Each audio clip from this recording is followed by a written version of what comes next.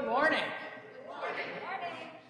The majority of people are joining us now online as we are in an orange zone, which for us restricts the capacity of what we can have in worship to just 25.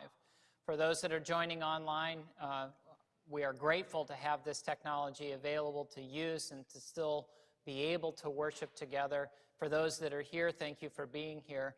That number is 25, and we figure that there's about 5 of us involved with leadership, so we've drawn down the number that we are encouraging to be here to just 20, and asking those who desire to be here and worship, as long as we remain in the orange zone under these restrictions, to call the church office on the Friday prior to the Sunday between 10 and 2 to express your desire to be here on a first-come, first-served basis, so that we basically know who is coming, and when we reach 20, we can say we've reached the capacity at this point. At the time of our gathering for worship this morning, we had 11 pre-registered, but we only went into that orange zone on Wednesday midweek, and so I know that the information getting out there may not have been far enough in advance to make that adjustment and to call in, but we do ask that you call in if you are interested in coming in person to worship, that you call in on the Friday prior to that Sunday between 10 and 2 to express that, and how many people. So if you're a family, say how many of your family, if there's 2 or 3, or if it's just you as an individual. If we go into a red zone, that would cease all in-person worship. And if we go back to yellow, then we are back into what was the numbers that we could have prior. So our hope is to be able to continue to have some capacity of in-person worship unless we move into that red zone. I know there are questions already coming about Christmas Eve, and we haven't made any final decision on Christmas Eve. We drove past a church yesterday, and their sign read, "Now taking reservations for Christmas Eve." We're not in December yet, so we don't want to prematurely start to speculate on what Christmas Eve will be like. But it is a very different reality on Christmas Eve. More people are drawn to the experience of worship, and so we're trying to think about the best way that we can offer worship to all in a manner that is safe and maintains the safety and health of people to the best of our abilities. As we look ahead, now we're moving into this week of Thanksgiving. Next Sunday is the first Sunday in Advent, and with Advent we have 2 opportunities as far as spiritual formation and development goes, one on Mondays and one on Thursdays. They're 2 different studies, and information will be going out in our midweek on how to participate. So those will begin following next Sunday, and I pray that part of your Advent experience might be participation in one or both of those studies. Also, something that we have offered in Advent in the past and will be continuing this year is music and meditation.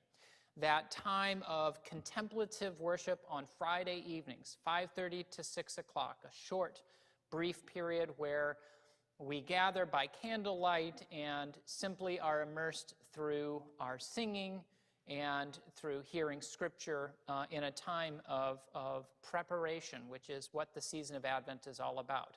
That also will be live streamed online, so you can view it there. And all of our live streams are archived following, so if you're not directly online at 5:30 p.m. on Fridays, you can always access it at a later time. All of this is our effort to try to continue to live into our vision of making connections and offering opportunities for faith, love, and service. And so I do pray that you will find those which for you are meaningful and can encourage your growth in your journey with God. We are now more than a month past our Commitment Sunday, when we asked people to return their hopes for the coming year in a pledge to the church, and I have been giving updates throughout the week. We are down to just 7 as far as reaching the same number of pledges that we had last year. So down to just 7 to match those that we had last year, and that amounts to about $12,000. So we are hopeful. Every week has been chipping away, and so we are hopeful to reach that goal. And I'm hopeful to avoid phone calls to individuals to see and invite you to participate. So I pray that if you haven't had a chance yet to respond, that you would respond, whether that's returning the pledge card in the mail or going online to our website, christchurchamherst.org. And under the Give tab, there is a Google form that you can fill out as a way of submitting a pledge this year. So getting close, and thank you for that, as that really is how we are capable of then living our vision.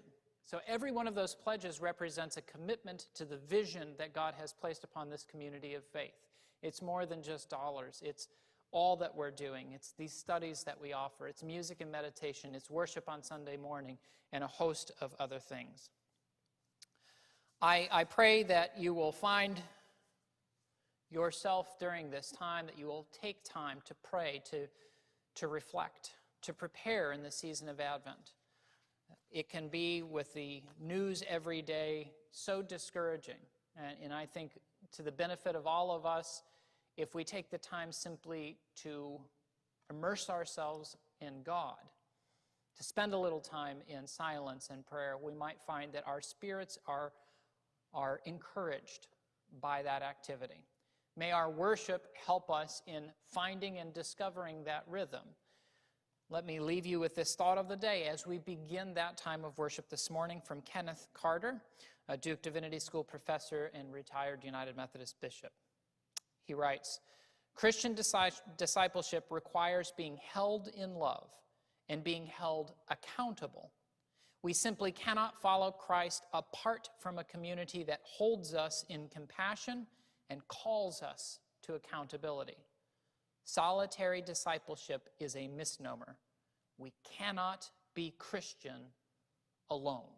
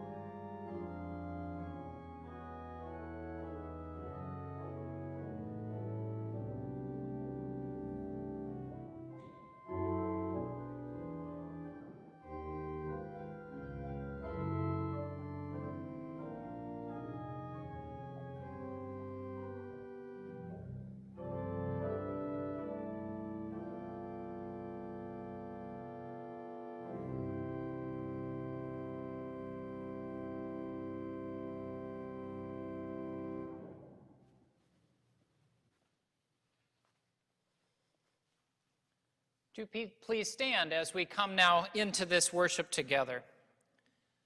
We will walk this day with you, O God, and you will walk with us, gathering us into a community to pray for one another in all things. We will walk this day with you, O Christ, and you will walk with us, calling us to follow you, helping us to set aside all that holds us back. We will walk this day with you, O Spirit, and you will walk with us, sending us out side by side to serve those cast aside by the world.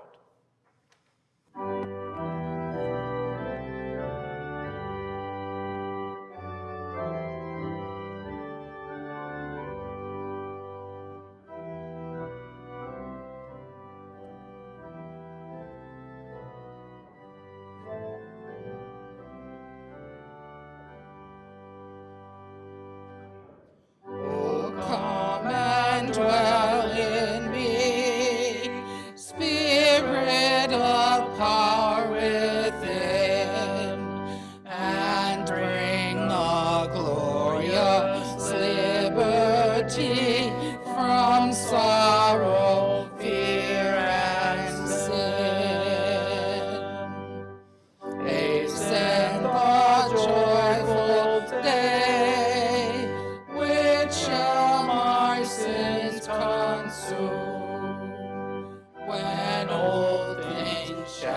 be done away, and all things new become.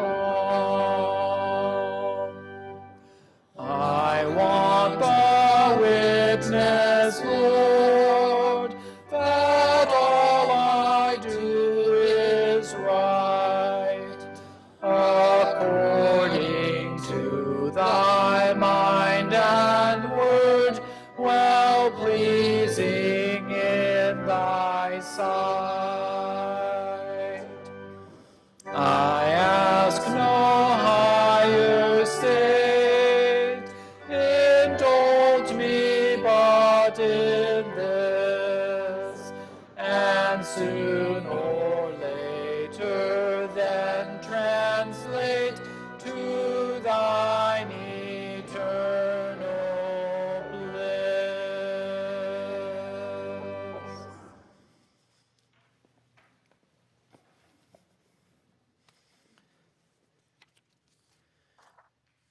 Let's go to the beach. Those are the words spoken yesterday. Let's go to the beach. It's 41 degrees.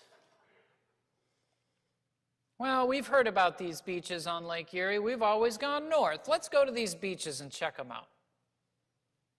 Okay.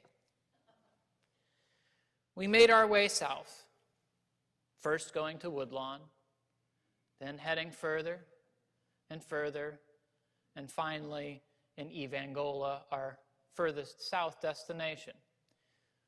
Making our own rating of the beaches on the way, which one we liked the most, and what was different about them, what was the same. Each one we walked out to the water, the winds had brought in lots of debris on each of them, and it was deposited all over the beaches, the driftwood and so much other things from the wind. Each one, Amelia and I looked for stones to skip. The waves were making it hard to get those stones, much past the breaking of the waves, but we did our best, and all that shale makes for really good skipping stones, so we weren't without a lack of good stones to skip. Being on the beach like that, while it felt like a very still day here at home, there's always wind there. And in those moments, we weren't immersed in our phones or worried about what color or anything else. We're just together, walking on the beach, skipping stones on a November day. As we sat at dinner last night, I said, today was a good day. And we all agreed, it was a good day. Sometimes we need the simplicity of something that's maybe out of season, but offers us a reprieve from what we're experiencing. Find your beach and go there. Pick up the stones and skip them on the water.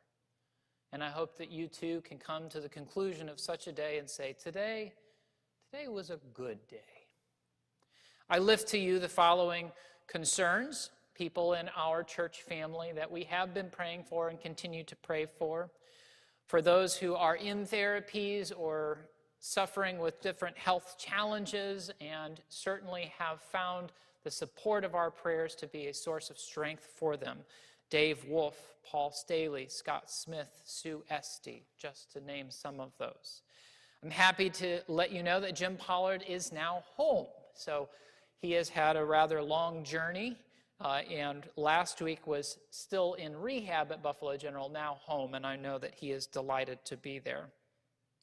We also continue to pray for the Bermudez family and all that they're going through with Brad's parents, as well as other challenges they've experienced recently as a family. For Amy Thormelin, who has procedures upcoming, she remains in our prayers. For Dave Mitchell, also one of those who's had continued health challenges and truly has felt the strength of our prayers as something that has seen him through. This past week, I gathered with Sissy Mooney, and a funeral director, as we had high hopes of having a proper celebration of Mitch Mooney's life. And this crisis has unfortunately delayed many such celebrations. And the time had come where it was needed, both for her process of mourning, of accepting that loss, and that it was the calendar dictating a need for it to happen, that we met and had a brief internment service. Of course, that brings and washes that mourning and that loss over Sissy, and so I pray that you will keep her and Mitch's family in your prayers at this time. The challenge that it is to not really be able to get together and to acknowledge loss and to celebrate life. I know that's never inclusive of all of our prayers and the names out there among our congregational family and others, but I hope that during our time of silence, before I begin lifting up our prayers, whomever, whatever, wherever your prayers might be, your concerns might be, that you would use that time of silence to lift them to God, that we may collect them together through this time. So let us now approach God in a time of prayer.